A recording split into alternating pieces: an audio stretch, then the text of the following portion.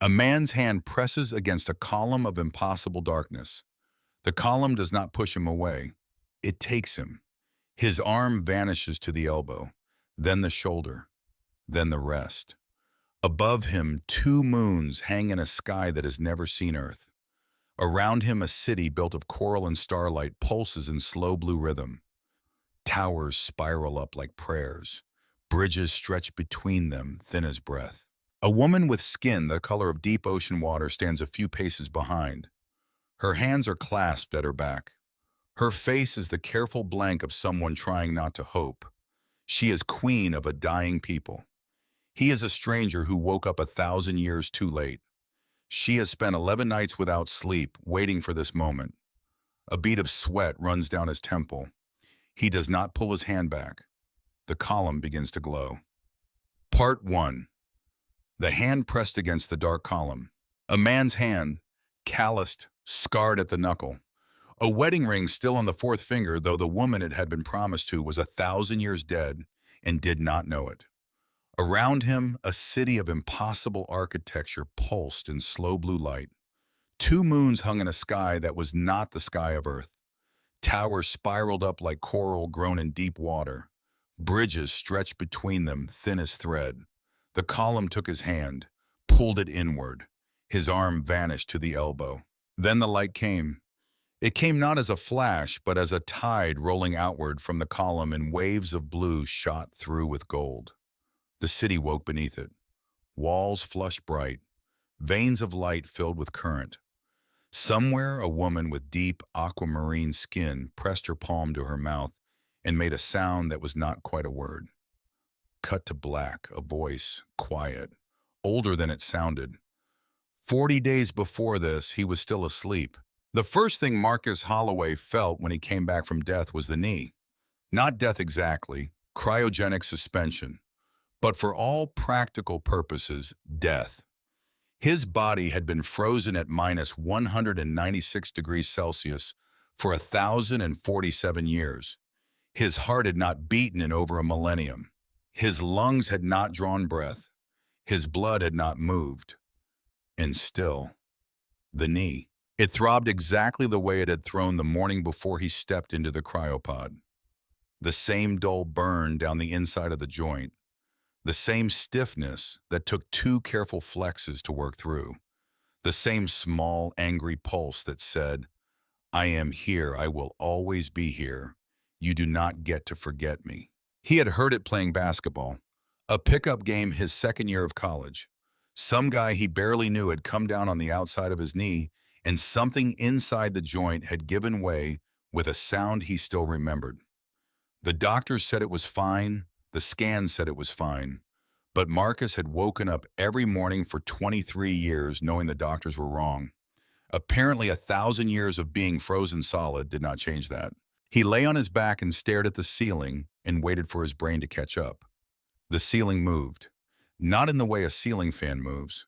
The whole surface rolled in slow waves, bluish, faintly luminous, with pale veins of light crawling through it like roots in time-lapse. His brain did not catch up. His brain was still somewhere in the year 2091, sitting in a cryopod aboard the Meridian, while a technician named Hollis read the countdown from a clipboard. Marcus had made it to 7. Then nothing. Then this ceiling. The gap between 7 and this ceiling was, he would later learn, 1,047 years. But right now, he did not know that. Right now, he was a man with a bad knee on a warm slab in a room that looked like the inside of something alive trying to remember how to blink. A piece of the wall open. It did not slide. It did not swing. It peeled, the way skin parts over a wound. And a woman stepped through. She was not tall. That was what registered first, and he was not sure why that detail came before any other, but it did. Maybe 5'5", maybe 5'6". She had skin the color of deep ocean water and the kind of cove you only find on a postcard. Aquamarine, bottomless. Her hair fell past her shoulders in a long dark indigo that should have looked black, except the ends glowed faintly like the last embers of a fire turned all the way down. Her eyes were copper gold, threaded with violet. They looked at him the way a museum curator looks at a painting that has just told her something it was not supposed to know. She wore something that might have been a robe and might have been armor. Hard to tell. The fabric caught and ate the light at its edges, so the woman seemed less like a person and more like a moving piece of dusk. She stood very still inside the room, watching him, with the patience of someone who had been waiting for a long time and could wait a little longer. "You are awake," she said. Marcus opened his mouth and produced a sound like a shoe scraping wet concrete. He swallowed. Tried again. "Where am I?" "Safe." "That is not what I asked." The woman tilted her head. The motion was close to human, but not quite, like a translation that was accurate but missed the idiom. "My name is Lyrith Davon. I am the Queen of the Valerie. Your vessel was found drifting 600 years ago by my mother's people. You have been in our care since then. Before that, you were in suspension aboard your own ship for approximately 400 years. The total elapsed time since you entered cryogenic sleep is 1,047 years." Marcus processed this the way a computer processes a file too large for its memory, in chunks. The first chunk was the number itself, 1,000. The second chunk was the word years. The third chunk was the sudden, soft, devastating realization that the woman he had married was not waiting for him somewhere. She had been dead 1,000 years. Her grave, if she had a grave, had probably been paved over 6 different times by now. The little house they had picked out in Asheville before she got sick was almost certainly forest again. He sat up. His abdominals refused the request the first time. He did it anyway. His body screamed at him in 3 languages, but he got there. "The others," he said. His voice was steadier than he expected. "The Meridian had 4,712 people on board. All alive," Lyrith said. "All still in suspension." "Why wake me, specifically? Out of all of them, why me?" She did not answer right away. She had a face that did not give things away easily. A face that had practiced for a long time at not giving things away. But for 1 second before she answered, Marcus saw the door behind her face open a crack. He saw the cost of what she was about to say. "I need something from you, Marcus Holloway," she said. "Something only you can provide. You know my name. I know a great deal about you." "That is unsettling." She blinked, slowly, like a cat reading the room. "Perhaps? Will you walk with me? It will be faster to show you than to explain." He swung his legs off the platform. The bad knee buckled the moment it took his weight. He caught himself on the edge of the slab, stood there hunched over, breathing through his nose, feeling the joint throb the way it always did when he asked too much of it too fast. Then he straightened up, and he followed her. The hallway curved. Every hallway he would see in this place curved. There were no straight lines in Valori architecture, which was disorienting in a way that snuck up on you. You could never see more than a few paces ahead. Every turn felt like the first turn. So after 5 minutes of walking, Marcus had no idea whether they had moved 100 feet or a mile. "Your ship was bound for a colony site," Lyrith said as they walked. Her voice traveled along the curved walls the way water travels along a riverbed. "Kepler 442b. It never arrived. A navigation failure in the 3rd century of the voyage pushed the Meridian off course. By the time we found it, the ship was drifting through empty space with no reachable star system. And you scooped us up. We believed your species was extinct. Earth had gone silent centuries before we encountered the Meridian. Your vessel was the only evidence we had that humans had ever existed at all. So we were museum pieces. You were a question." "Same thing." "No," she said. "It is not." They came to an opening and Marcus stopped walking because the floor dropped away. Below them was a city. Not a city the way Houston had been a city. Not a city the way the colony brochures had shown Kepler 442b. This was something else. A cavern so vast he could not see the far wall, filled with structures that rose from the ground in spirals and helixes, connected by bridges that seemed grown rather than built. Everything glowed. A soft blue bioluminescence ran through walls and floors and bridges in rhythms that were almost synchronized the way a crowd of people breathes at slightly different rates. In the center stood a column, dark material, maybe 200 feet tall. It did not glow at all. It ate the light around it like a hole in the scenery. Marcus stared at it, and the column, somehow, stared back. He did not know how he knew that. There was no face, no eyes, nothing that should have been able to look at him. But the pull was unmistakable, the feeling at the edge of a tall building. Not the fear of falling, the other thing, the magnetic thing, the pull that comes before fear. This is Alindra, Lyrith said. It is the last functioning Valori settlement. The last. There were 7. 6 have failed. The structures degraded, the population declined, and eventually the cities became uninhabitable. The process takes about 2 generations once it begins. What causes it? She lifted her hand, turned it palm up. He looked. Beneath the surface of her aquamarine skin, dark lines ran along the veins. Up her wrist, into the soft hollow of her forearm.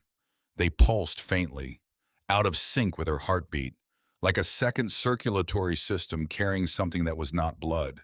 We call it the fade, she said. It begins at the cellular level. The bonds between cells weaken and eventually break. Tissue loses cohesion. The body comes apart from the inside. It is slow. It takes years. And there is no treatment, because it is not a disease. What is it then? A deficiency. Our biology requires something it is no longer receiving. We have spent 7 generations trying to identify what, and we have failed. He looked at the column, the dark thing at the center of the city, the thing that did not glow. That structure, he said. What is it? We call it the threshold. It predates every record we have. We did not build it. We do not know who did. It has been dormant for 7 generations, and the fade began the year it stopped functioning. Have you tried turning it back on? She looked at him, and the look held something Marcus did not know how to name. Pain, maybe, or the patience of someone who had been asked the same question by every well-meaning person she had ever met and had stopped expecting them to be the one to answer it. Every Valerie approach has been attempted, she said. Every technology, every biology, every theory. The threshold does not respond to us at all. It is, as if we do not exist to it. But you think a human might. She was quiet for a long moment.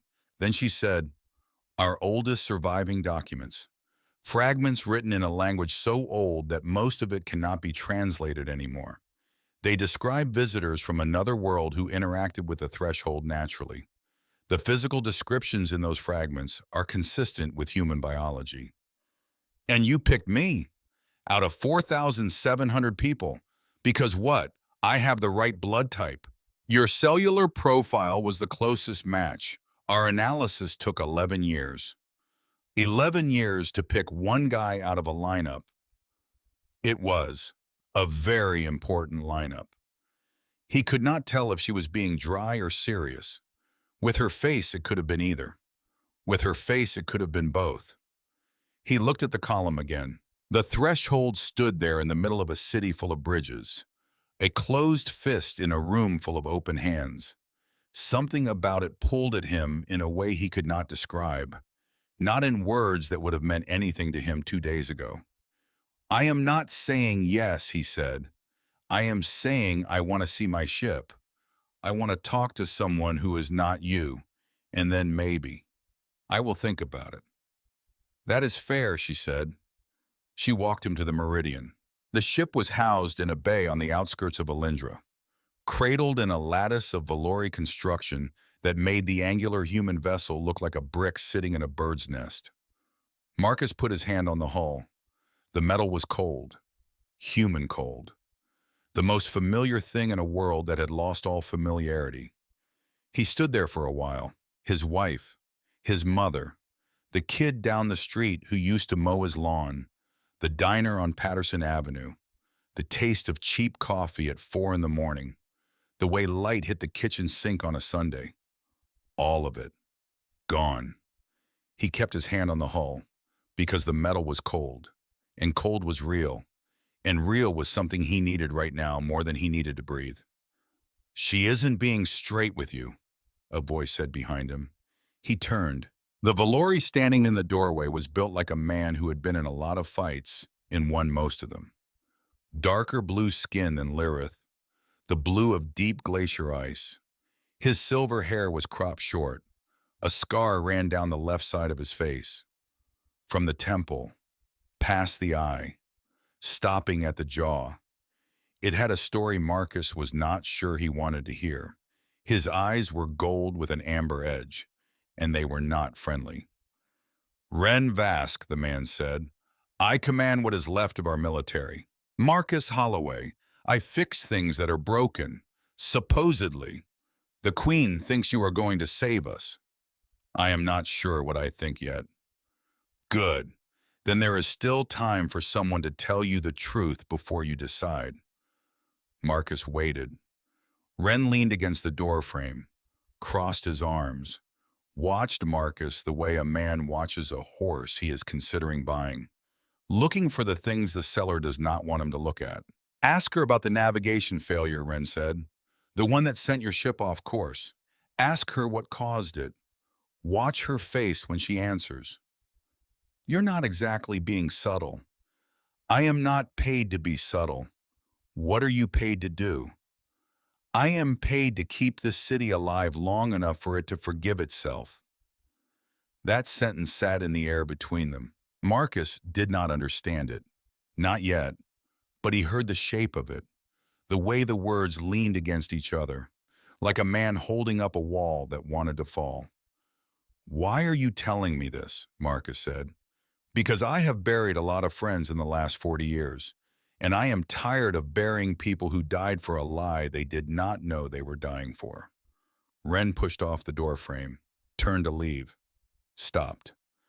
"One more thing, engineer."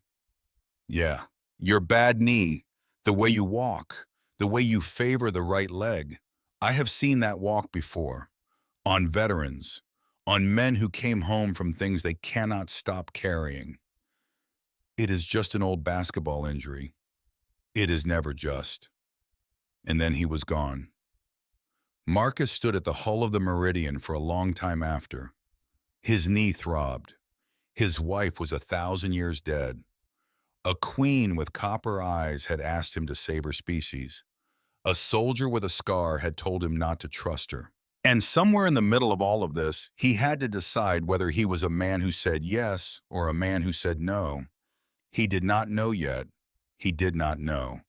He went to find Lyrith that night, and the city had a different rhythm at night. The bioluminescence dimmed, the pulse slowed. The walls did something that looked like breathing only slower. Like the city itself was asleep. Like Alindra was a creature with 1,000 lungs. He found her in a chamber that was not quite a throne room, not quite an office, something in between.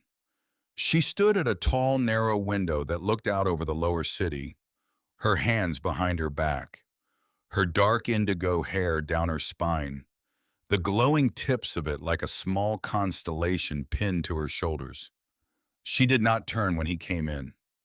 She had known he was coming. "I want to wake one of my people," he said. "A biologist. Her name is Iris Calloway.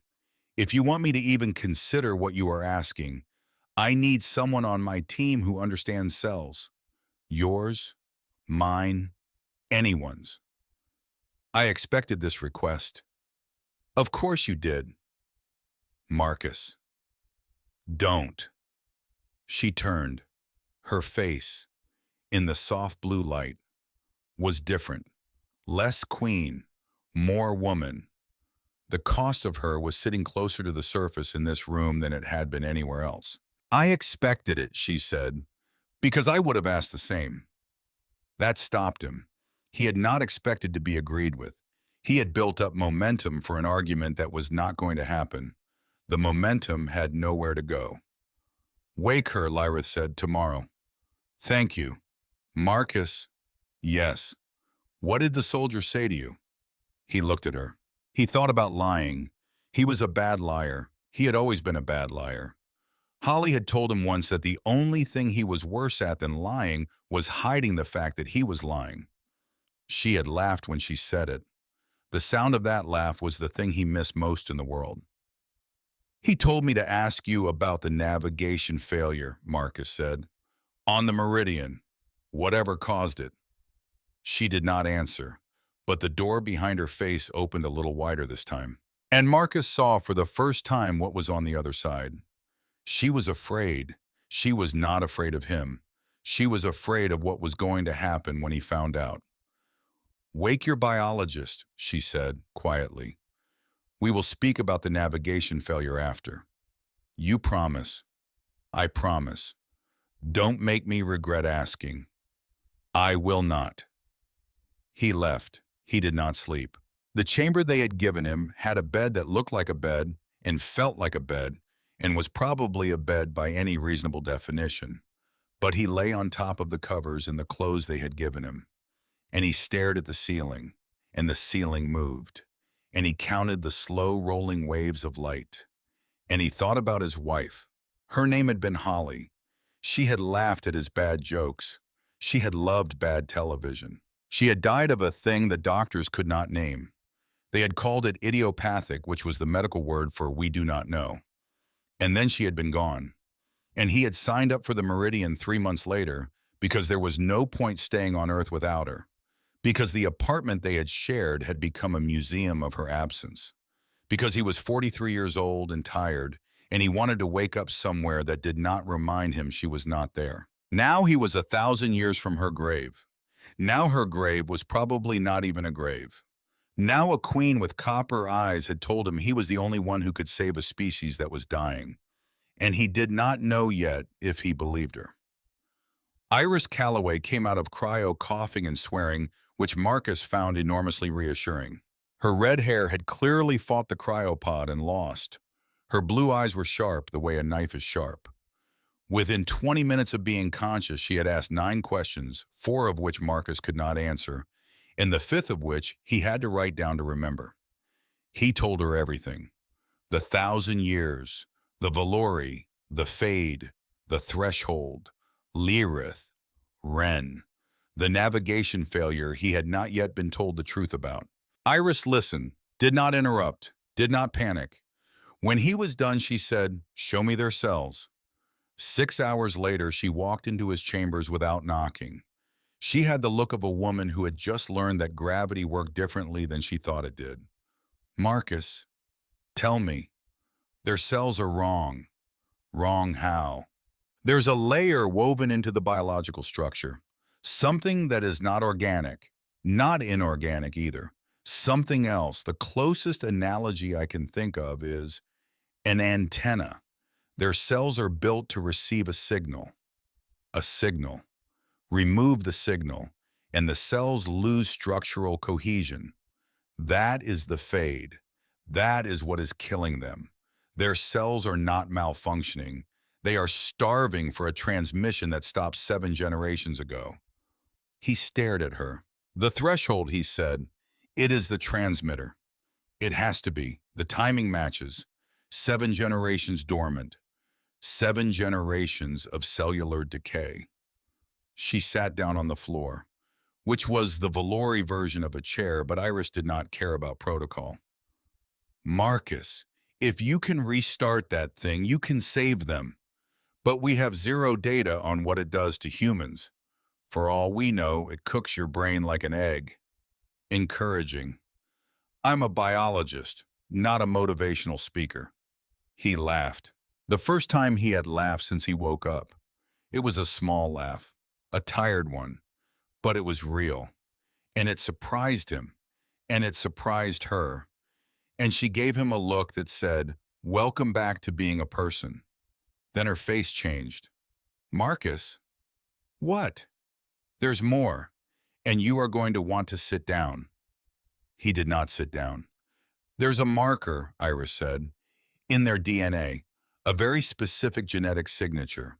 I checked it against my own sample, and then I checked it against yours. And, and she did not finish. He understood, or he understood that he did not understand, and he understood that he was about to. Tomorrow, he said, we are going to have a very long conversation with the Queen. Yes, Iris said, we are. He found Lyrith in a place he had not been before. A garden, or something like a garden. It grew up the inside wall of a tall chamber in spirals of pale crystal that bloomed at the tips like flowers made of slow frost. The air smelled of cold stone and something faintly sweet. The light here was different, warmer, almost the color of a candle. She was kneeling beside one of the spirals, touching its base with the tips of her fingers. When she heard him come in, she did not look up. This was my mother's garden, she said. He stopped. She had not said my mother before. She had said my mother's people once. She had said my predecessors. She had not said my mother like the word had a face. She died when I was 14, Lyrith said. The fade. She held on longer than most. She was a queen. Queens hold on longer. I do not know if it is the title that gives us the strength or the strength that gives us the title. I have stopped trying to decide. She died here, at the base of this spiral. She put my hand on the crystal so I could feel it growing, so I would know that something in this city was still alive while she was leaving. And then she left. Marcus did not say anything, because there was nothing to say. He thought about Holly. He thought about her hospital room. The way the light came through the blinds and stripes. The way her hand had gotten so thin he could see every bone. The way she had squeezed his fingers at the end and said, "Don't be alone too long." And the way he had been alone for the rest of his life anyway. "How long have you been queen?" he asked. 80 years. By yourself. By myself. He let that sit. Then he said, "I need to ask you what caused the navigation failure on the Meridian." She closed her eyes. She did not get up. "A faction within the Valerie," she said. "They opposed the mission. They sabotaged the navigation system. The mission to bring humans here." "Yes. Because the Valerie built the Meridian." Silence. Yes. He had thought he was prepared. He was not prepared. The word landed in him the way bad news always lands. Not all at once. In layers. The first layer was disbelief. The second was anger. The third was the sick, slow understanding that everything he thought was his story had actually been someone else's plan. "My ship," he said, "my voyage, my years of training, my wife waving at me from the launch pad, all of that. It was a Valori project, disguised as a human one, funded through intermediaries who did not know who their funders were, built in a hangar that human governments believed was theirs. We needed humans to come here. We needed it to look like your idea." "Why?" "Because the threshold answers to your kind, not ours. And we have been dying for 7 generations waiting for someone we did not know how to ask for." And the sabotage. Some of us did not want to ask. Some of us would rather die than admit we needed help from a species we believed to be beneath us. Those people destroyed the navigation array 3 centuries into your voyage. The Meridian drifted for 400 years before my mother's people found it. We have been keeping you alive ever since, waiting for the right moment, for the right person. And the right person is me. The right person is you. And you were going to tell me this when? After. The word was small. It was the smallest word in the room, and it carried 1,000 years. He stood there for a long time. He thought about leaving. He thought about turning around and walking out and finding the bay where his ship was, and pressing his hand to the cold human metal and refusing to move until they put him back in the pod. He thought about it. He did not do it, because his wife had told him, "Don't be alone too long." Because 4,712 people were asleep in cryopods, and they were not going to wake up unless he did something. Because the queen on her knees in the candlelight of her dead mother's garden was telling him the truth now, even though it cost her, and that meant something. And because his bad knee was killing him, And a man with a bad knee learns young to keep moving. Because if you stop the joint locks, and then you cannot start again. I am not saying yes, Marcus said. I am saying I am still here. She looked up. For the first time since he had met her, her face was open. The careful blankness was gone. The queen was gone. There was only a woman in a garden, a woman who had lost her mother at 14 and carried a city on her back for 80 years and asked a stranger for the one thing she could not give herself. Marcus, she said, yes. Iris found something in our DNA, you and her. She did. You should know what she found. Tell me. She stood up. She walked toward him through the slow blue light of the spirals. She stopped close enough that he could see the violet flecks in her copper eyes, close enough that he could see her breathe. We are not different species, she said. We are two branches of the same family.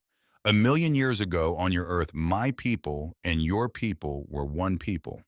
And then we chose different paths. And then we forgot about each other. And then the threshold stopped working.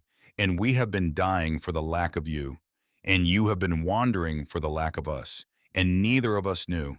For 1,000,000 years, neither of us knew. He did not move. His knee was screaming. A long time ago on a kitchen floor in Asheville, Holly had told him that everybody was related if you went back far enough. She had said it like a joke. She had been holding a cup of coffee and laughing at something on the radio. And he had loved her so much in that moment that he had not been able to speak. He had not thought about that morning in 20 years. I am not asking you to forgive what we did, Lyrith said. I am not asking you to forgive the Valori who sabotaged your ship. I am not asking you to forgive me. I am not asking for anything I have the right to ask. I am asking anyway, because I have nothing left to do except ask. Lyrith, yes. What do you want from me? She closed her eyes. She opened them again. The candlelight in the garden moved across her face the way candlelight moves across the face of someone who is about to tell you the truest thing they have ever said. I want you to live, she said, long enough to decide, whether or not, to help us. The chamber was quiet. Somewhere outside the city pulsed. Somewhere far below in a bay he could not see his ship sat cold and waiting. Somewhere even further than that, 1,000 years behind him, a woman named Holly was in a kitchen with a cup of coffee laughing at the radio. Marcus Holloway did not say yes. Marcus Holloway did not say no. He said the only thing a man with a bad knee and a dead wife and a 1,000-year gap in his life could say to a queen in a candlelit garden full of growing crystal. He said, tell me everything. And she did. Part 2, she told him for hours. The candlelight in the garden of growing crystal moved across her face, and her voice did not waver, though Marcus could see what each sentence cost her. The way her hands stayed clasped behind her back, the way her shoulders did not move, the way a queen learns to deliver bad news, the way a surgeon learns to deliver bad news. Steady, even, with nothing in the voice that the listener can grab onto and use as a weapon. She told him about the founding of the Valori, about the 7 cities, about the slow collapse one after another like beads on a string slipping off the end.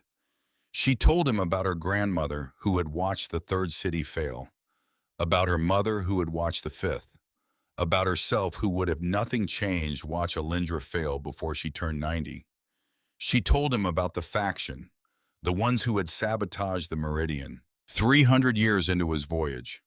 A small cadre of Valori who believed asking humans for help was a humiliation worse than extinction. They had not believed in mercy. They had believed in purity. They had believed it was better for a noble species to die proud than to live in debt to one it considered lesser.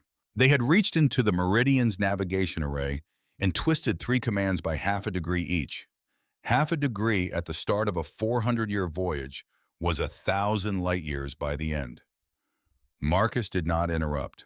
He sat on the floor of the crystal garden across from her and listened, his bad knee tucked under him, his hands folded in his lap, because there was nothing else to do, because the thing she was telling him was too big to argue with. You do not argue with a flood. You let it pass over you, and you see what is still standing afterward. When she finished, the candlelight in the garden had moved 1.5 feet across the floor. The crystal spirals had grown a little. She watched him with her violet-flecked eyes, and she waited. He did not say anything. He stood up. His knee told him exactly what it thought of him. He walked out. He walked. For hours. He walked. Because he had to. Because his body did not know what else to do with what his mind had just been handed. Because the curving hallways of Alindra were not a labyrinth designed to confuse him. They were a labyrinth designed for thinking, and he had a lot of thinking to do. He passed Valori in the corridors. Tall ones, short ones, old ones moving slow, young ones moving slower because the fade had already begun to reach into their bones. They looked at him. They did not stop him. They did not bow. They did not speak. They watched. The way a town watches a stranger who has arrived in a storm. He found himself, after some long stretch of time he could not measure, in a place he had not been before. A vault of pale crystal grew up the side of a chamber so tall he could not see the ceiling. The walls bloomed with frost-like growths that he now recognized as the slow alien biology of this place. There was a small bench, and on the bench, there was a woman. Valori. Old. He had not seen an old Valori up close yet. He had seen them in the distance. He had not known how old they could get. This one was tiny, stooped. Her aquamarine skin had gone almost translucent at the temples. Her hair was white now, no glow at the tips anymore, just white. Her hands in her lap were folded around a small spade. She was tending the base of one of the crystal spirals. She looked up when he came in. She smiled. It was a slow smile. "Engineer," she said. In English. The accent was old. The English was older. He stopped. "You speak my language. I learned, a long time ago, when I was young, when we still believed your people would come on their own." "How did you know it was me?" She gave a small laugh. It was the laugh of someone who has lived a very long time and has stopped being surprised by anything. There is only one human walking the corridors of Alindra. You are not difficult to identify. He sat down on the bench beside her. Slowly, the knee complaining. The bench did not bend. Valerie benches were grown, not built. They were strong the way coral is strong. "What are you doing?" he asked. "Tending." "Tending what?" "The garden. It is alive. Everything in Alindra is alive. You will get used to it." She returned to her spade. She tapped the base of the spiral. Gently. The crystal made a small chiming sound. Almost a bell. Almost a voice. She listened. She tapped again. Then she set the spade down and folded her hands. "You spoke with the queen," she said. "Yes." "For a long time." "Yes." "And she told you the truth." "Yes." The old woman nodded, slowly, once. "She has not slept," she said, "since she gave the order to wake you. She has not slept in 11 days. Marcus turned his head to look at her. The old woman did not look back. She was looking at the spiral. "How do you know that?" "Because I am her grandmother." A long beat. Marcus did not know what to do with that. Lyrith never said. She would not have. She does not. She keeps her queen and her family in separate rooms. It is how she carries them both. I am not offended. I would do the same. She turned her face to him. He saw then what 80 years of carrying something looked like, written into the lines around a Valori woman's eyes. "My granddaughter," the old woman said, "is the strongest creature I have ever known, and the loneliest, and she does not know how to ask for help. She gives orders. She makes decisions. She walks into rooms and takes the weight of every Valori still alive onto her shoulders. But she does not ask. She has never been allowed to ask. Until now. Until now. Until you. I have not said yes. I know. I have not said no either. I know. The old woman smiled again. Small, old, tired. Engineer, she said. Marcus.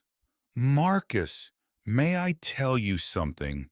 From an old woman who has very little time left and who has earned the right to be direct. Please. You are angry. Yes, you are allowed to be angry. Thank you. But anger is a fire. You can warm a house with it, or you can burn the house down. The choice is the same fire. The choice is only what you do with it. He looked at her. She did not look back. She was tending again, tapping the crystal with her spade, listening for the small chime, adjusting, listening. He sat with her for a long time. He did not say yes. He did not say no. He went to find Iris. Iris had taken over what passed for a laboratory in this place. The Valori had given her a chamber. They had brought her instruments she did not recognize. She had spent 2 days learning them, and now she was using them like they had been built for her. Iris had always been the kind of woman who did not wait for permission. Marcus loved that about her in the professional way one engineer loves another professional who knows what they are doing. She was bent over a console when he came in. Her red hair was tied back, her sleeves were rolled up. There was a smudge of something blue on her cheek that she had not noticed. Marcus, tell me what you found. The DNA thing. I want to hear it again, slowly. She straightened up.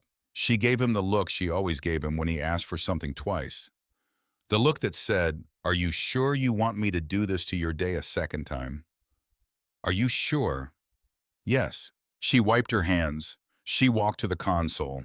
She brought up 2 strands of helix on the holographic display, one in blue, one in green. Blue is Valerie, she said. Green is human, specifically, you. Although I checked it against 3 other Meridian crew samples and the result holds. Show me. She pointed. Here, here, and here. 3 specific markers. They are not the same, but they are consistent. The way a brother and a sister are consistent. Not identical, related. The kind of related that does not happen by chance. How long ago?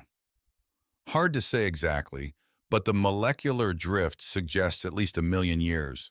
Possibly more. 1,000,000. Possibly more. She let him absorb it. He absorbed it. His knee throbbed. The thing Holly had said in a kitchen in Asheville with a cup of coffee in her hand came back to him again. Everybody is related if you go back far enough. She had been laughing when she said it. He could almost hear it now like a sound carried up from very deep water. Iris. Yes. What does this mean? It means that whatever the threshold is, whatever it does, it was built when these 2 species were one species or shortly after. It means the Valori are not strangers asking us for help. They are a family member who got separated from us so long ago that neither side remembered there was a family. And the threshold. The threshold is what kept the family in touch when it worked, and it stopped working 7 generations ago, and they have been dying ever since because they are missing us. Their cells are missing our signal, the signal that comes from us being near them, from the connection, whatever the connection is. He sat down. He sat down on the floor because there were no chairs in Valori laboratories, because there were no chairs in Valori anything, and because the floor was where Iris already was, and the floor was where this kind of news belonged. My wife, Marcus said. What about her? She would have loved this. He had not meant to say it. It came out anyway. Iris was quiet for a long time. She had known Holly. They had been friends in the small way that crewmates are friends with each other's spouses. She had been at the funeral. She would have, Iris said, finally, softly.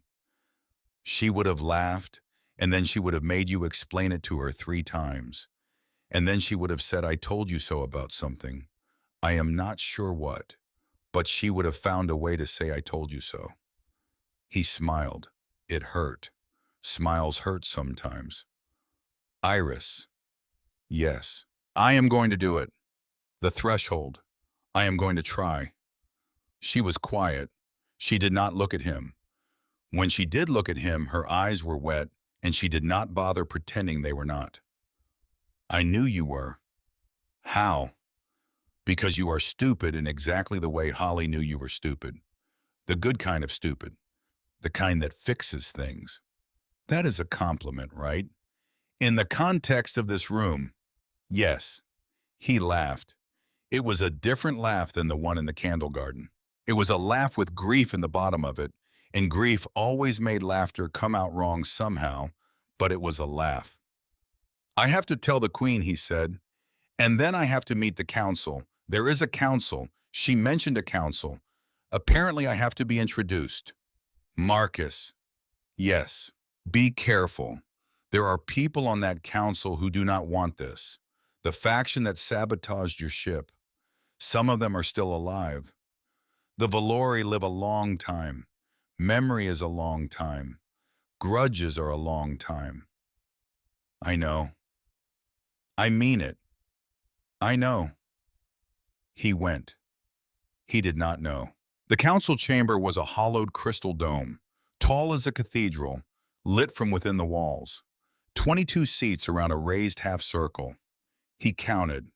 22 Valori sat in those seats, each one older than any human he had ever known, each one wearing dark robes that ate the light at the edges. Lyrith sat in the center of the half-circle, not on a throne, on a seat the same as the others. But she was the queen, and even Marcus could see that no one in the room was unaware of where she sat. He walked in alone. His knee complained the whole way. He had asked Ren to come. Ren had said no. They will not respect a witness. They will respect you alone. Ren had said it the way you say something you have already lost an argument about with yourself. So Marcus walked in alone. The room was silent. He stopped at the center. He looked up at the 22 faces. They looked down at him, the way 22 judges look down at a single petitioner. Lyrith spoke. Council, this is Marcus Holloway, the human we have woken. He has agreed to attempt the threshold. She let that sit. She turned her eyes across the half-circle. Are there any? Who wish to speak before he is introduced? A pause, then a voice. I wish to speak. It came from the far left of the half-circle. A Valori rose. He was old, older than the old woman in the garden. His aquamarine skin had gone gray at the temples. His hair was the color of ash. His robe was darker than the others. Not black. Something past black. Something that pulled the eye toward it and then did not give the eye back. His name, as Marcus would learn 1 minute later, was Vex Karan. He stood. He did not look at Marcus. He looked at Lyrith. My queen, he said, before this creature is welcomed into our most sacred process, may I be permitted a question? You may. Vex turned his eyes toward Marcus. They were not eyes that disliked him. They were eyes that had moved past disliking him. They were eyes that had decided a long time ago that he was not the kind of thing that deserved like or dislike. He was the kind of thing you assessed, the way you assess a tool. Engineer Vex said, May I ask, how is your leg? Marcus did not answer. He had not expected the question. He looked at Vex. He looked at Lyrith. He looked back at Vex. It is fine. It is not fine, Vex said, quietly, evenly. I have observed you walk. I have observed you stand. I have observed you favor the right side when you turn. The left knee is damaged. You have not been able to repair it in all your years of access to the medical technology of your own species. That is correct. Tell me, engineer, if you cannot repair your own knee, why would we trust you to repair the threshold? 21 other Valori in the chamber did not move, but Marcus felt the room lean toward him, the way a courtroom leans when the prosecutor lands a blow. He took a breath. "Sir, Lord Vex, if you must address me." "Lord Vex, with respect, my knee is not a machine, it is biology. I am not a doctor. You are an engineer. You repair systems. The knee is a system. You have not repaired it. You have walked on it for 23 years and you have not repaired it. So I ask again, why would we trust you with the threshold?" A silence, a long one. Marcus did not know what to say, because the truth was he could not repair his knee. Because Vex was right in a small, clean way that did not have anywhere for Marcus to put his foot down. Lyrith opened her mouth to intervene. Marcus saw her. He shook his head, almost imperceptibly. He did not want her to defend him. He did not say anything. He looked at Vex. He let the silence sit. The room read it as defeat. Marcus knew it was not defeat. He had simply chosen to not give Vex the dignity of an argument. There was nothing to argue. Vex had not asked a question he wanted answered. He had asked a question he wanted to use. Vex sat back down. "That is what I thought," Vex said.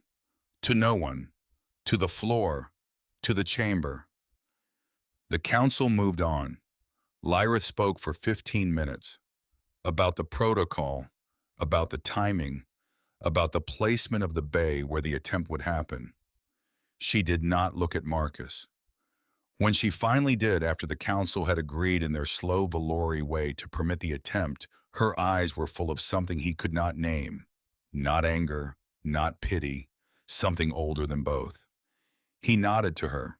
She nodded back. He walked out of the chamber alone. The knee throbbed every step. The hallway curved. Ren was waiting outside. He fell in beside Marcus and did not speak for almost a minute. Then, "You should have let her defend you." "No." "Why?" "Because if she defends me, I am her thing, her project, her tool. They have to decide for themselves whether I am a man or not. She cannot decide it for them." Ren looked at him. For the first time since Marcus had met him, the soldier's gold eyes carried something other than judgment. "Engineer." "Yes?" "Vex Karen is dangerous." "I noticed." "You do not know yet how dangerous." "Tell me." They walked. The corridor opened to a wide platform overlooking the lower city. The bridges below them carried slow blue light from one tower to another.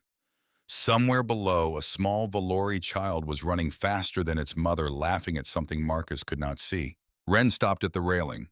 Vex Karen lost his wife 3 generations ago, to the Fade. He lost his daughter 2 generations ago, to the Fade. He lost his son 1 generation ago, to the Fade. He has buried his entire line. He has watched the Fade take everything he ever built, and he has been on the council the whole time.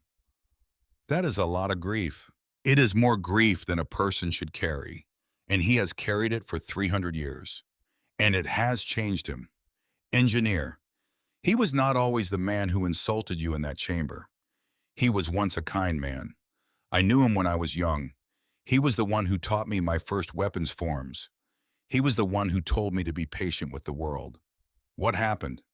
What happens when a man loses everything and there is no one to blame? Marcus said nothing. Ren rested his forearms on the railing. He has decided, Ren said, over those 3 centuries, that the Fade is the fault of your species. He believes if humans had been here, if your people had stayed when they should have, the Fade would never have begun. He is correct about that in a way. But he has turned correctness into hatred. And hatred, eventually, hatred is a kind of cancer. He wants me to fail. He wants you to fail in a way that proves him right. That is different from wanting you to fail. That is more dangerous. Marcus watched the small child running on the bridge below. Its laughter floated up through the slow blue light, its mother chasing it. tired, smiling, tired. Ren, yes. Did you lose someone too? To the Fade. The soldier did not answer for a long time. He did not look at Marcus. My brother, he said. 12 years ago, he was 28, he was. Going to be a teacher. He had hands that should have. Built things. Should have. Held a child. The Fade took him in his sleep. I went to wake him for training. And I could not. I am sorry. Engineer. Yes. Fix the threshold. I am going to. I know. That night Marcus went to find Lyrith again. She was not in the throne chamber. She was not in the council room. She was on a balcony he had not been to before. High. Higher than he had been before. The platform overlooked all of Alindra. Below them the city pulsed in its slow blue rhythm. The threshold at the center stood dark and silent, like a candle that had not been lit, like a question that had not been asked. She was alone. She stood at the railing with her hands behind her back. She did not turn when he came in. You should not have let Vex speak to you that way. It was his right. It was not.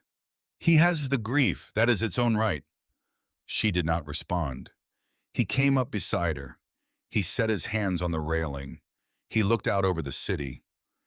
My wife had a thing she used to say, he said, when I was upset about something at work, or someone had said something to me that I could not let go. She would say, the world has more pain in it than you can fix, Marcus. And you do not have to drink the pain just because someone is offering it to you. You can let them keep it. That is wise. She was wise. She was wiser than I was, by a wide margin. What was her name? Holly. Holly Holloway. Yes, that is a beautiful name. It is. Tell me about her. You first. She looked at him. She had not expected that. Me first. You first. Tell me about your mother, not the queen, the woman, the one in the garden, the one who put your hand on the crystal. She was quiet. He waited. She told him. She told him about a woman who had loved her too fiercely, about a woman who had taught her to listen to the crystal, about a woman who had refused to die on schedule and had held the fade off for 2 years longer than she should have, about a woman who had in her last week brought Lyrith to this very balcony at this very railing and said, one day the city will be yours. You will be tired. You will come up here and you will not know what to do. Listen. Listen for the city. The city will tell you. And does it? Marcus asked. Does it what? Tell you. Sometimes, yes. What does it tell you tonight? She did not answer. She looked at him. Her eyes in the low blue light were the color of a candle on the verge of being lit. Marcus. Yes. My hand. What about it? She lifted it. It was an inch from his on the railing. She did not close the distance. She left her hand there. An inch. 2. The space between two people who have not yet decided what they are to each other but are deciding in the way people always decide. By not moving away. He did not move his hand either. His knee throbbed. The city below them pulsed. And then, behind them, a sound. The wrong kind of sound. The kind of sound that is not supposed to be in a city this quiet at this hour. A footstep, soft, deliberate, trained. Marcus turned. 3 Valori, hooded, robed in the dark fabric that ate the light, moving fast, a blade in the led one's hand. Marcus shouted. Lyrith was already moving. She pulled him sideways hard behind a column on the balcony. The blade hit the railing where he had been and threw sparks of pale crystal into the night. Run, she said. No. Marcus, I am not leaving you. That is not your choice. It is exactly my choice. A second blade came around the column. A second hand grabbed it. Ren, he had come from nowhere. Or he had come from somewhere, but he had come fast. The scar on his face caught the blue light as he moved. He took the second attacker down with a single short motion that did not look like much until you noticed the attacker was on the ground and not getting up. Two left. Ren pushed Marcus and Lyrith behind him. Stay. Ren. Stay. The remaining two attackers reassessed. Marcus could see them deciding. He could see them deciding wrong. They moved forward. Ren moved forward to meet them. There was a noise. There was another noise. There was a third noise. When Marcus looked again, both attackers were down, and Ren was breathing hard with a small cut on his upper arm and an expression that suggested he was not surprised. Iris, Marcus said. Where is Iris? Ren's eyes changed. Engineer. Where is she? She is in the laboratory. She was. With the samples. They would have. Engineer. Marcus ran. His knee told him no. He ran anyway. The laboratory was 3 corridors away. He took them on a leg that was not designed for this. He took them on a leg that had not run since the year 2078. He took them on a leg that did not know how to forgive him. He burst into the chamber. The console was wrecked. The displays were dark, and Iris was on the floor. She was alive. She was alive. She was bleeding from a wound on her side that Marcus could not look at directly, the way you cannot look at the sun directly. She was conscious. Her red hair was matted to her temple. Her blue eyes found him. She tried to smile. They came for the samples. Iris. They wanted to destroy the proof about the DNA, about the connection. They did not get it. I sent the file to you already. Iris, stop talking. Marcus. Shut up, Iris. Lie still. Marcus, listen. What? I am okay. You are not okay. I am okay enough to tell you. The next part. Listen. Marcus. He knelt down beside her. His knee did not exist anymore. There was no knee. There was no body. There was only Iris and the floor and the small, terrible sound of her breathing. They were sent by someone on the council, Iris said. Her voice was thin but steady. I heard them. They said a name as they came in. They thought I was unconscious. They said Vex. Vex.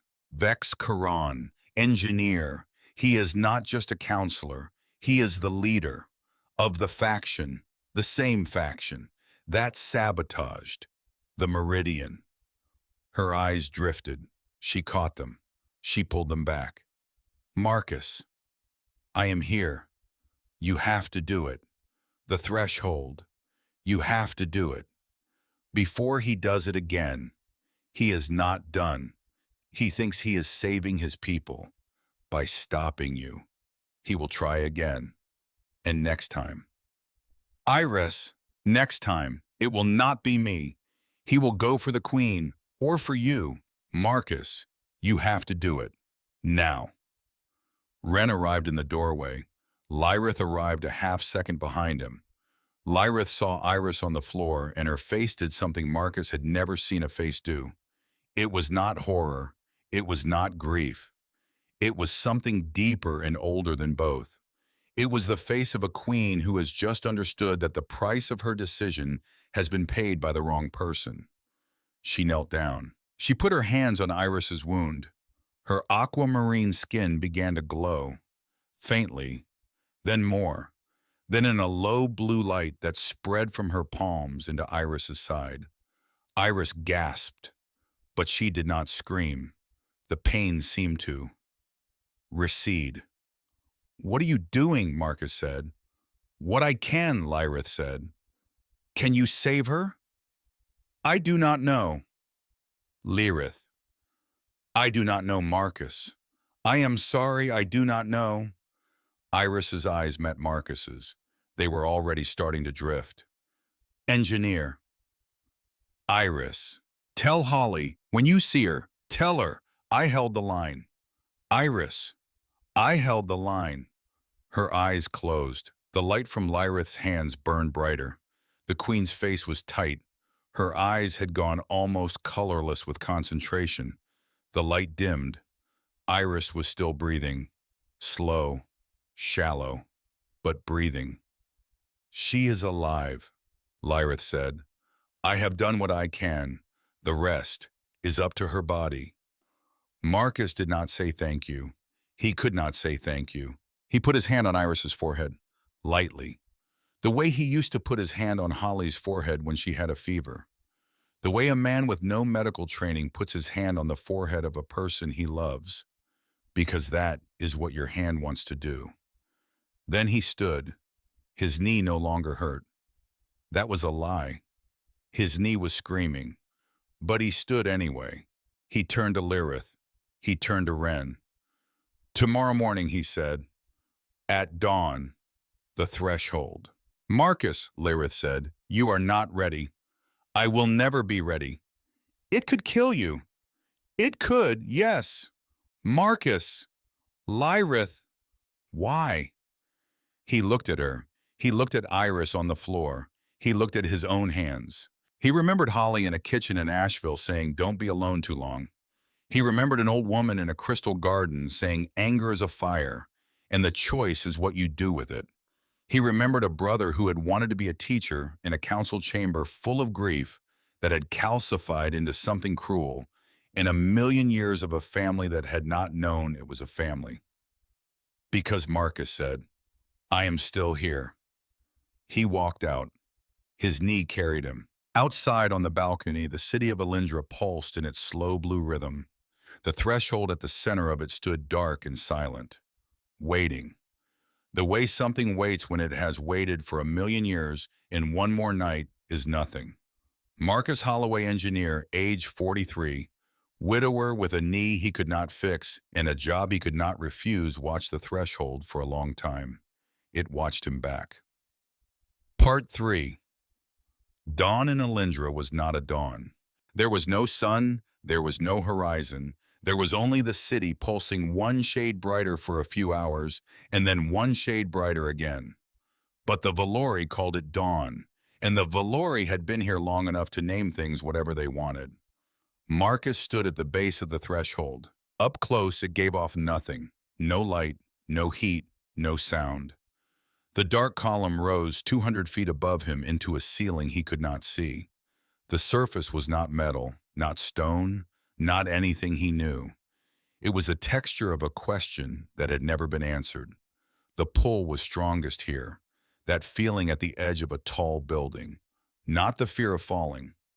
The other thing, the thing that comes before fear, the magnetic thing. Behind him, Lyrith stood. She had not spoken in 20 minutes. Her hands were behind her back. Her eyes were on him. He could feel the weight of them. Behind her, Ren stood, the soldier with the scar, arms crossed, watching the corridor for what might come down it. Behind Ren, the council had begun to assemble.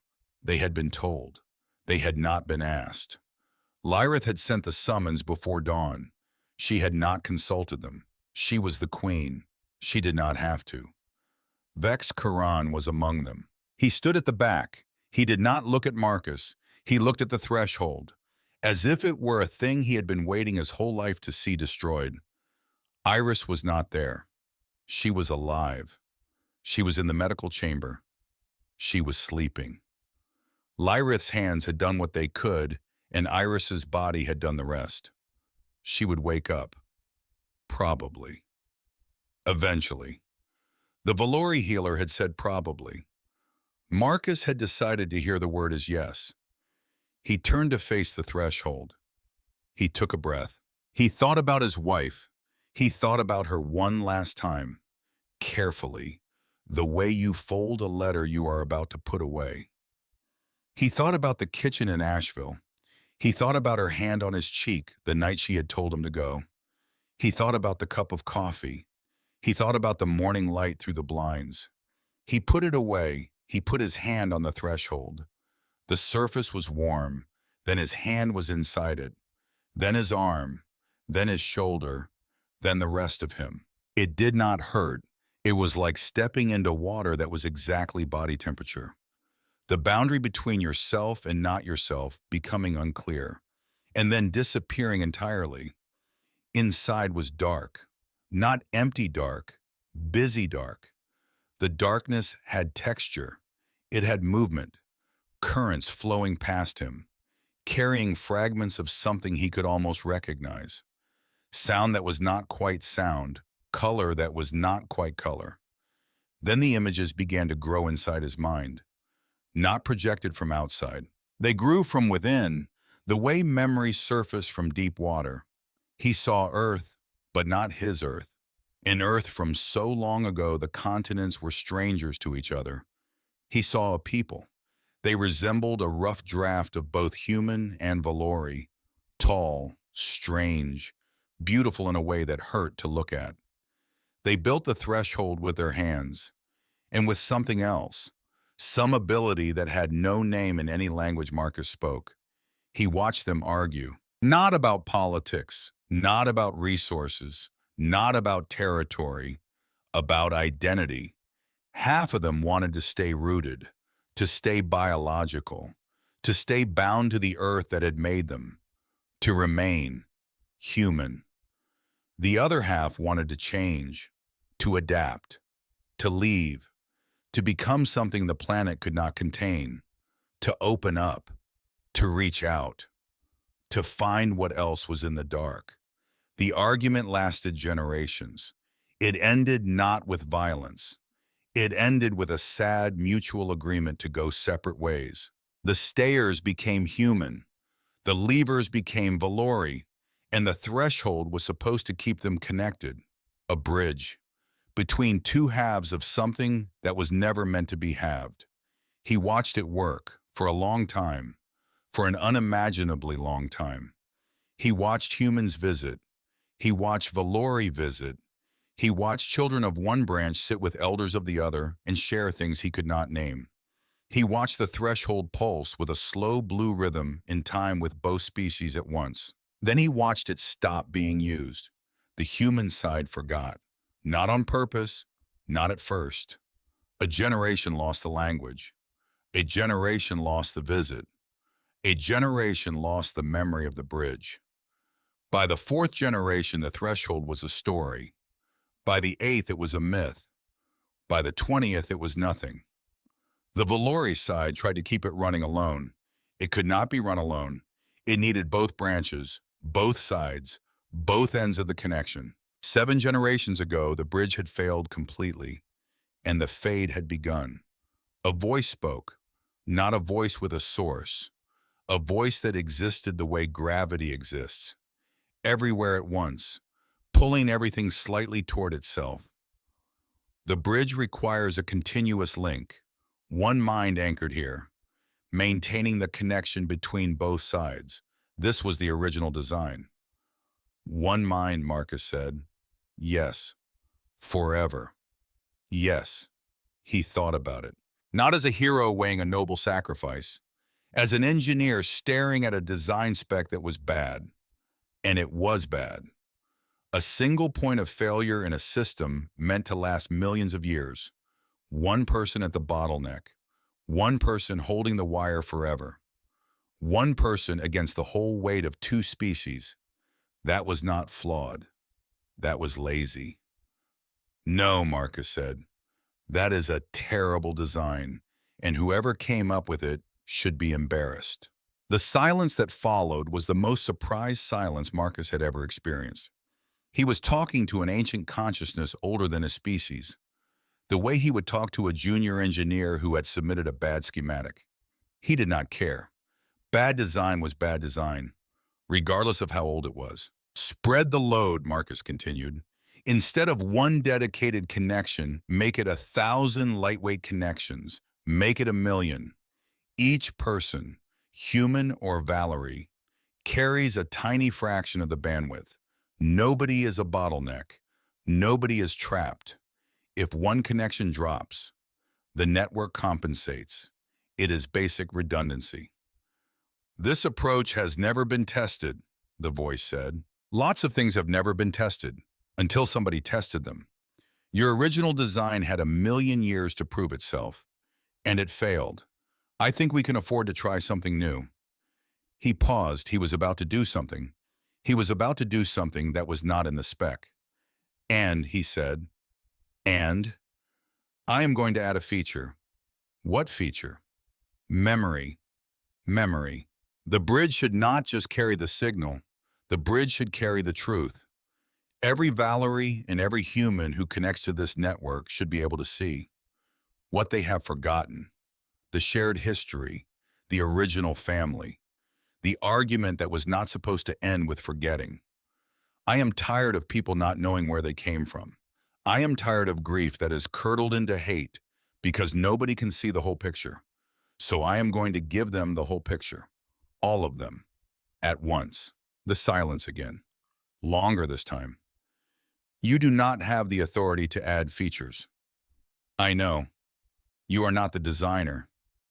"No, I am the engineer. The designer drew the schematic. The engineer makes it actually work. And the engineer adds the features the designer should have included in the first place." A pause. He almost felt the consciousness consider him. He almost felt it. Smile. Proceed. He did not wait for further permission. The internal architecture of the threshold was laid out around him like a blueprint drawn in light. His engineer's brain was already pulling it apart. He stripped out the central node. He rebuilt the routing. He created pathways that branched and reconnected and branched again. A web instead of a spoke. A net instead of a chain.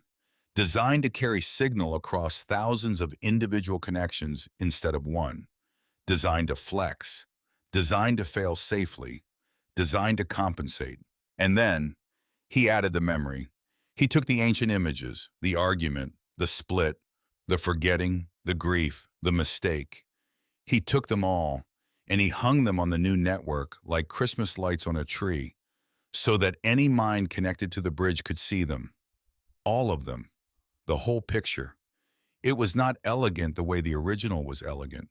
It was messy and distributed and redundant and alive, like a city, like a conversation.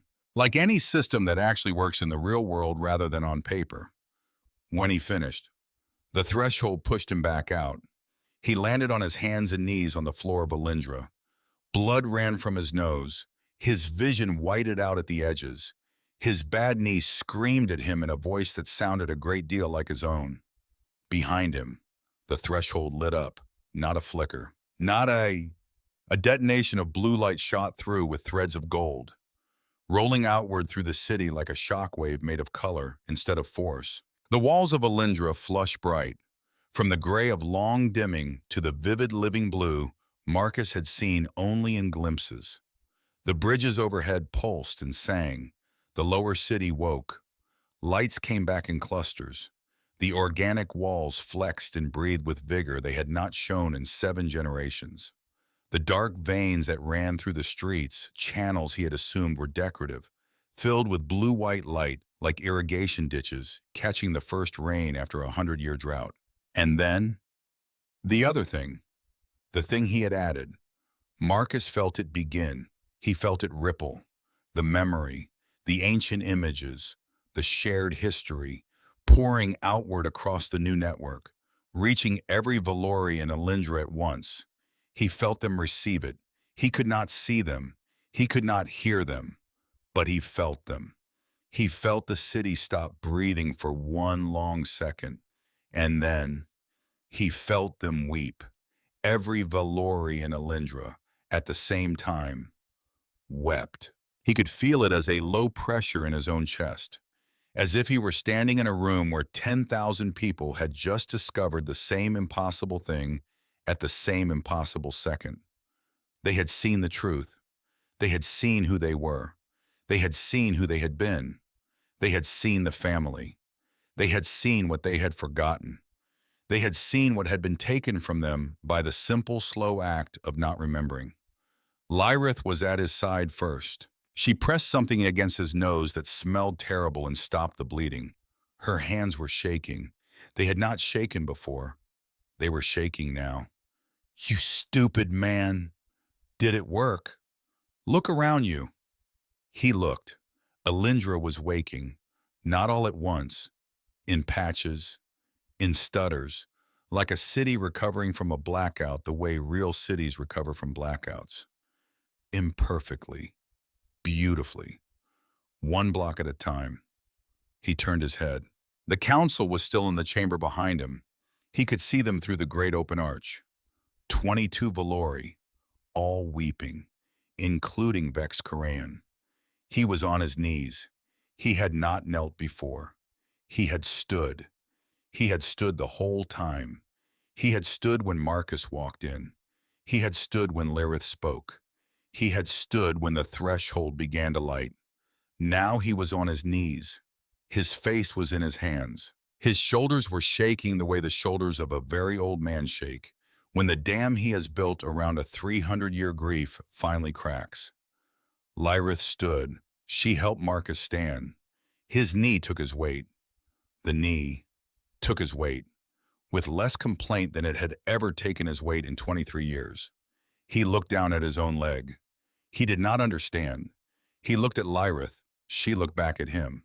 The network, she said, it does not only carry signal to us, it carries to you, to both branches. We have been missing you. You have been missing us. The bridge connects both sides. You did not just save us, Marcus. You saved yourself a little too. My knee. Yes. It is not healed. It is not, but it is less. He flexed it. It was less. It was not nothing. He was still going to limp. He was still going to wake up tomorrow and feel it first. But it was less. He almost laughed. He did not laugh. There was no time to laugh, because the council was rising from its weeping, and Vex Koran was the last one on his knees, and the chamber was very quiet, and the queen was watching. Lyrith walked. She walked into the council chamber, past the assembled counselors, past Ren, past the place where Marcus had stood the day before to be insulted. She walked to Vex Koran. She knelt in front of him. She put her hand under his chin, lifted his face. His eyes were red. Old eyes were always more red than young eyes when they had been weeping. They had farther to come back from.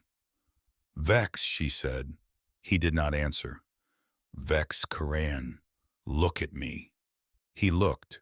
She did not speak loudly, but the chamber was a crystal dome and her voice carried. You lost 3 children to the Fade.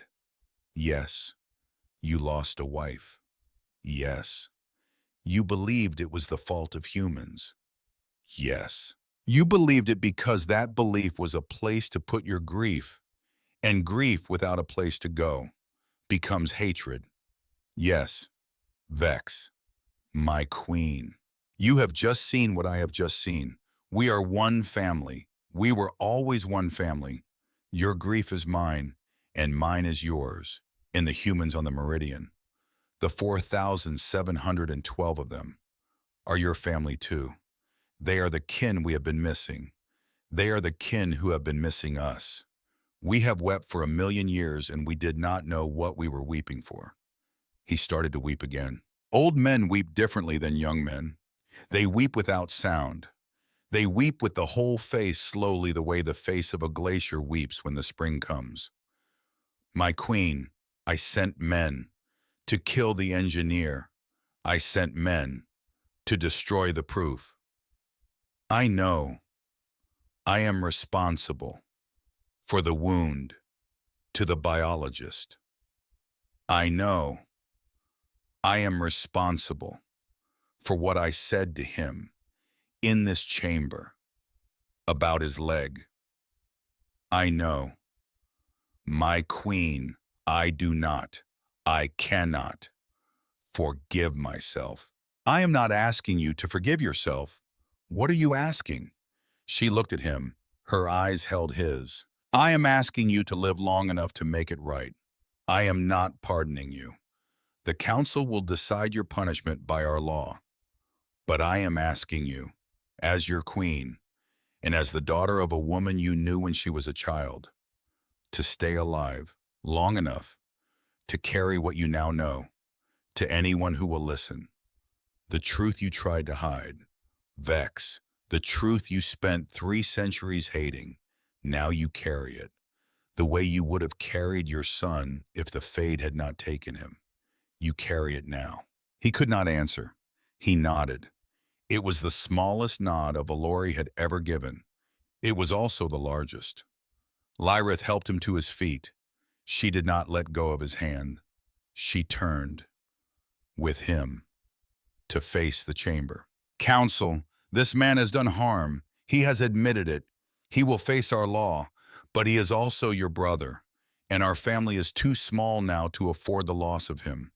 We will not put him out. We will not cast him down. We will carry him, the way we should have carried him 3 centuries ago, when he buried his last child. And no one came.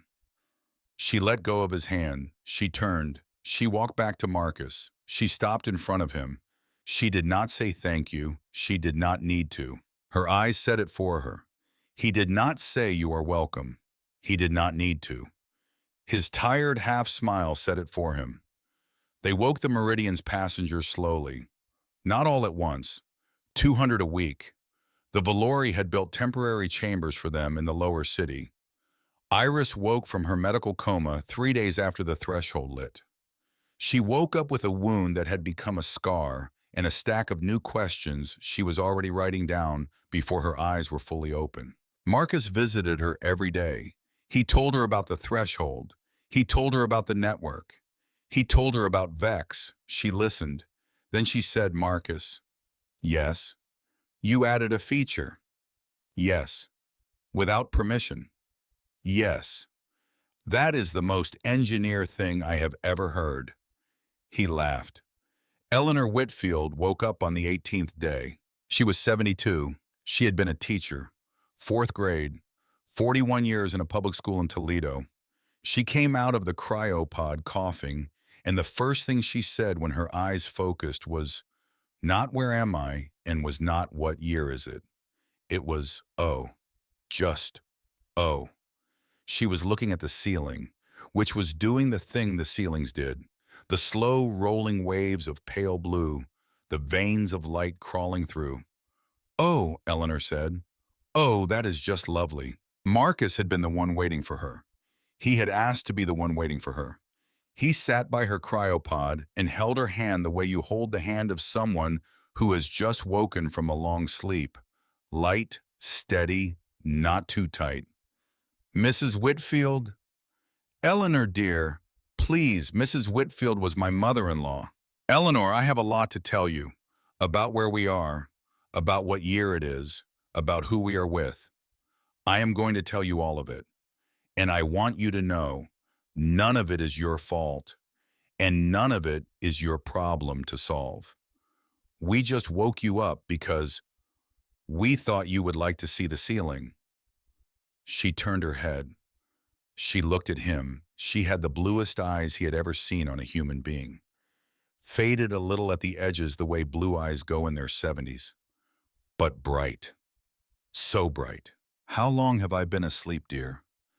He told her. She did not panic. She did not weep. She thought about it for almost a full minute, with her eyes on the ceiling, with her hand in his.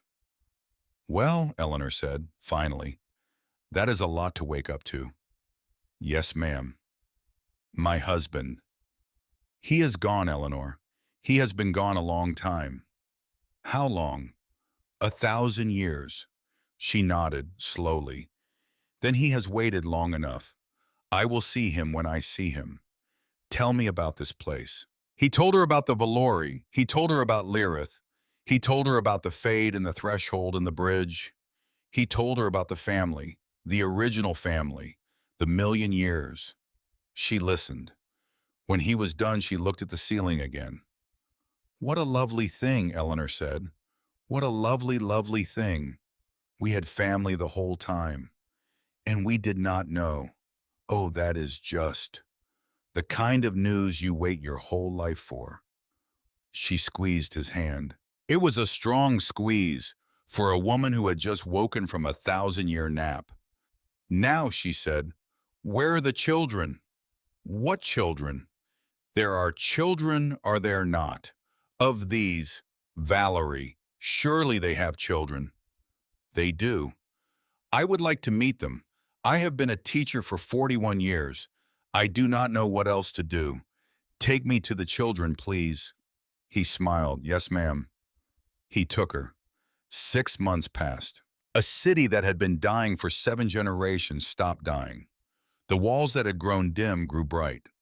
The bridges that had begun to fray began to grow back. The Valori who had been deep in the fade did not heal all at once, because biology is not a switch, but the progression stopped and the symptoms eased, and children who had been born expecting to be dead by 40 began to understand that they would live. 4,712 humans woke up. They did not all wake up gracefully. Some of them came out swinging. A retired security officer named Hector Graves came out with his fists up and did not lower them for 3 days. A woman named June Kowalski woke up convinced she was still on the meridian and that the alien city outside her window was a hallucination caused by a faulty pod, and she refused food for 2 days before her granddaughter, who had woken up the day before her, sat down on the floor of the medical chamber and cried until June believed her.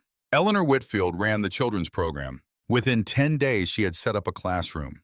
Within 20 days, the Valori had asked her to take their children too. Within 30 days, there were 36 children in her classroom, 11 human, 25 Valori. They did not have a shared language. Eleanor did not care. She had taught 4th grade for 41 years. Children, she informed Marcus over tea in her small new quarters, were children, and children would figure out what they needed to figure out as long as the adults had the good sense to provide crayons and not get in the way. Ren Vask was promoted. The council at Lyrith's insistence made him commander of a new unified security force. Half Valori, half human. He hated it for the first 3 months. He stopped hating it sometime around the 4th. By the 5th, he was teaching a human teenager how to fight with a Valori blade. By the 6th, he had taken a small apartment 2 corridors away from Marcus's, and he came over for what he called the strange human ritual of having tea while talking about nothing important. Vex Karen did not die. The council had voted after long deliberation that he would carry the truth. Publicly. To every Valerie community that still survived in the broken outlying ruins of the failed cities. He went. He stood up. He told them what he had done. He told them what he had hated. He told them what he now knew. It almost killed him to do it. He did it anyway. He came home eventually, smaller than he had left. He sat with Eleanor at the children's classroom and watched a Valori boy try to teach a human girl how to make a crystal sing. He did not say much. He did not need to. Iris recovered. The scar on her side became a thin, pale line that she only thought about when she changed clothes. She returned to her work. She and 3 Valori biologists wrote a paper that if it had been written on Earth in any century, Marcus understood would have won every prize in the field. They submitted it to a Valori scientific council. The council printed it. Iris kept the printed copy on her wall, above her desk, where she could see it when she was tired. And Marcus walked. His knee, which had been bad for 23 years, became a knee that was less bad. He still woke up and felt it first, but it bent now without complaining. It carried him upstairs. It carried him down corridors. It carried him. He walked Alindra every morning. He walked the lower city. He walked the upper towers. He walked the small new sections where humans had begun to build. Boxy, metallic, wrong-looking next to the organic curves of Valori construction. He liked that it looked wrong. Anything that looked perfectly harmonious this early would have been a lie. He went to see the threshold every Sunday. He had decided privately that Sunday was the day. Holly had liked Sundays. She had liked the slow quiet of them, the way the world wound down for 1 day a week before starting again. He kept her Sunday. He brought it with him to Alindra. He gave it to the threshold. The column was no longer dark. It pulsed now, slow, blue, gold-threaded, alive. It looked, Marcus thought, like a heart, or like the inside of a heart, or like the thing a heart is for. On a Sunday 6 months after the threshold lit, he stood on the high balcony where once a queen had almost touched his hand. It was not yet evening. The city below pulsed in its slow blue rhythm. Far below, in the small classroom on the lower level, he could hear faintly a sound that was either a Valori child laughing or a human child laughing, or both at the same time. It was impossible to tell anymore. Lyrith arrived beside him without sound. She did that.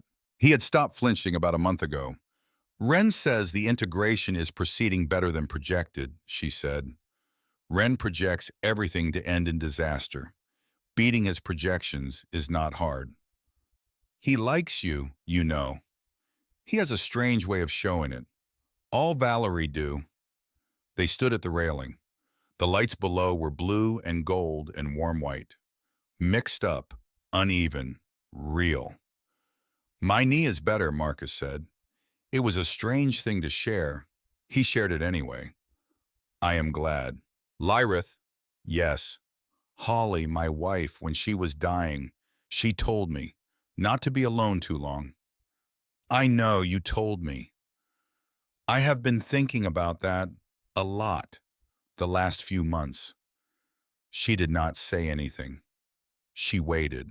I do not know what it is, to not be alone too long. I am not sure I ever knew. I am sure I do not know what it would look like. Here, in this city, with you, I am sure I do not have answers. I am sure I have a lot more questions than I expected to have at this point in my life, which was supposed to be over 1,000 years ago. Marcus, yes, you do not need to know yet. No, you can just be here. Yes, with me. Yes. She did not move her hand. He did not move his. They were not touching. They were not quite touching. They were the inch apart they had been the night before everything almost went wrong. The inch had held. The inch was still holding. The inch did not need to close yet. The inch was in its way a promise. He looked out over the city he had not asked for. A city full of two species still learning how to share a hallway. A city built around a bridge he had redesigned with the engineering equivalent of duct tape and stubbornness. A city where a 72-year-old teacher from Toledo was at this very moment probably making 36 children draw something they would not have known how to draw a week ago. A city where a soldier with a scar was somewhere below teaching a human teenager how to hold a blade. A city where an old man who had hated for 3 centuries was sitting in a classroom learning how to listen. It was messy. It was loud. It was going to be difficult for a very long time. His knee did not hurt. The ceiling above them pulsed with light, part blue, part gold, somewhere below. A human child laughed at something a Valori child had done, and somewhere very far away in a kitchen that had not existed for 1,000 years, a woman named Holly, who had loved him very much, was finally allowed to know that he had heard her. He had not been alone too long. It was not a grand ending. It was not a resolution that tied up every thread into a neat bow. It was just a Tuesday in a new world, and Marcus Holloway, engineer, age 43, widower, with a knee that had carried him past every reason to stop, was finally awake. And that brings us to the end of the story. If you stayed with us until the very end, share your thoughts in the comments, whether the story moved you or not. Your feedback helps us bring you more stories like this one. Leave a like, subscribe for more, and on the screen, you will see another story we think you will love. A big hug from us, and we will see you in the next story.